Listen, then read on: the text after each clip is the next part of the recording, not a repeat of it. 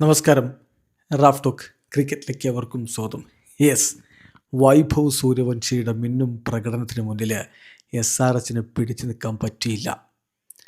എലിമിനേറ്ററിൽ പരാജയപ്പെട്ട് SRH പുറത്തേക്ക്. RR ഇതാ ക്വാളിഫയർ 2 യോഗ്യത നേടിയിരിക്കുന്നു. ഇനി GTയുമായിട്ടൊരംഗം, അവിടെയും വിജയിച്ചാൽ RCBക്കെതിരെ ഫൈനൽ കളിക്കാം.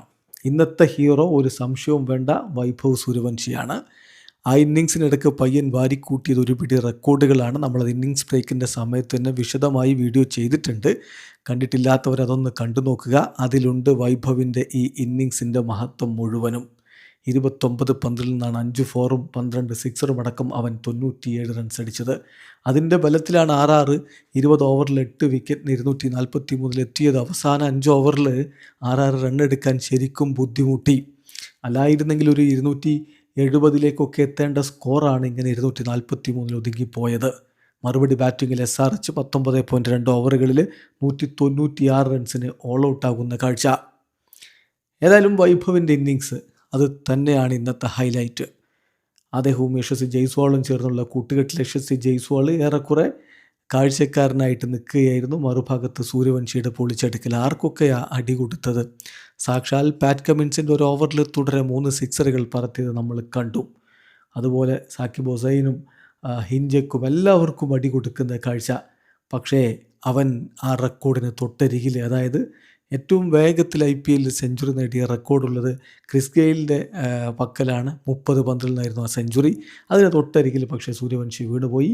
29 പന്തിൽ നിന്ന് 5 4ഉം 12 6ഉം അടക്കം 97 റൺസ് അടിച്ചിട്ട് പ്രഫുൽ ഇഞ്ചയുടെ പന്തിൽ സ്മഴൻ രവിചന്ദ്രൻ പിടിച്ചാണ് അവൻ പുറത്തായത്. അവന് വലിയ നിരാശ, കണ്ടുനിന്ന ആരാധകർക്ക് നിരാശ.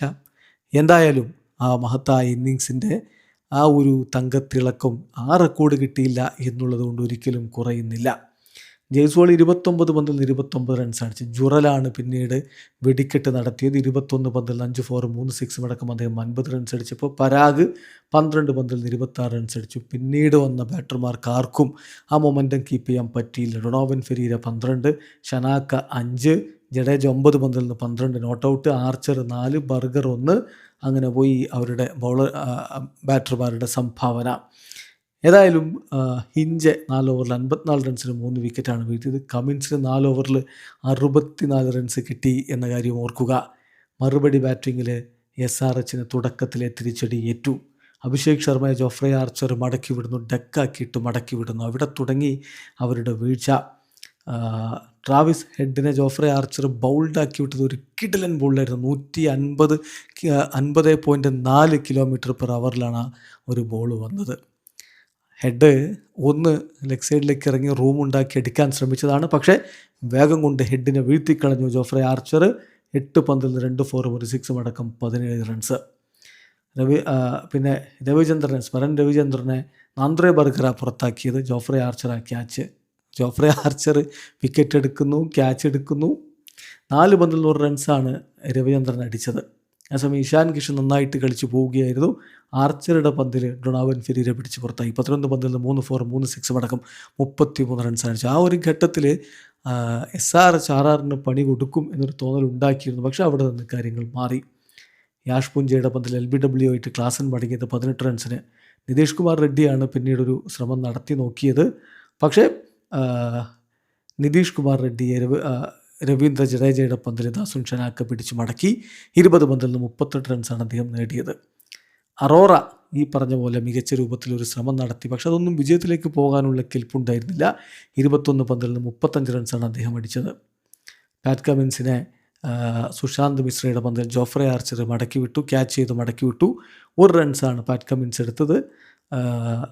അതേസമയം ശിവാങ് കുമാർ 24 പന്തുകളിൽ നിന്ന് 27 റൺസാണ് അടിച്ചത്. മലിംഗ 5 റൺസുമായിട്ട് മടങ്ങി. ഹുസൈൻ 5 റൺസുമായിട്ട് പുറത്താകാതെ നിന്നു. ഇതിൽ ജോഫ്രെ ആർച്ചറുടെ ബൗളിംഗ് എടുത്തു പറഞ്ഞു. അദ്ദേഹത്തിന് അടി കിട്ടി, പക്ഷേ ക്രൂഷ്യലായിട്ടുള്ള വിക്കറ്റുകൾ വീഴ്ത്തി. 4 ഓവറിൽ 58 റൺസിന് 3 വിക്കറ്റ്. ബർഗർ 3 ഓവറിൽ 26 റൺസിന് 3 വിക്കറ്റ് എടുത്തപ്പോൾ സുശാന്ത് മിശ്ര 2.2 ഓവറിൽ 21 റൺസിന് 2 വിക്കറ്റ് എടുത്തു. രവീന്ദ്ര ജഡേജ 3 ഓവറിൽ 21 റൺസിന് 2 വിക്കറ്റുകൾ വീഴ്ത്തി. ഏതായാലും ഗംഭീര വിജയമാണ് ഇവിടെ നേടിയിരിക്കുന്നത്. 47 റൺസിൻ്റെ വിജയം. ഇത് RR ക്വാളിഫയറിലേക്ക് കടന്നിരിക്കുന്നു. വീഡിയോ അവസാനിക്കുന്നു. ക്രിക്കറ്റ് ലോകത്തെ കൂടുതൽ വിശേഷങ്ങളുമായി റാഫ് ടോക്സിൽ എത്താം.